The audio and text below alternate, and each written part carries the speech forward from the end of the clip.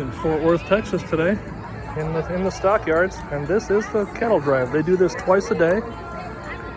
These are all longhorn cattle, and these two up front, those horns span over 10 feet each, from the tip of one to the tip of the other.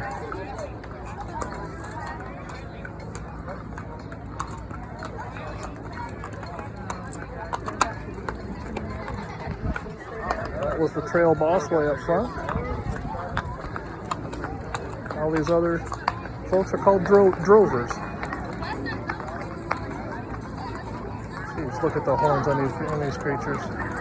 The beautiful horses here. If you've never been here to see something like this is a very small cattle drive, of course, but if you've never seen something, come on down to Fort Worth. They do this twice a day.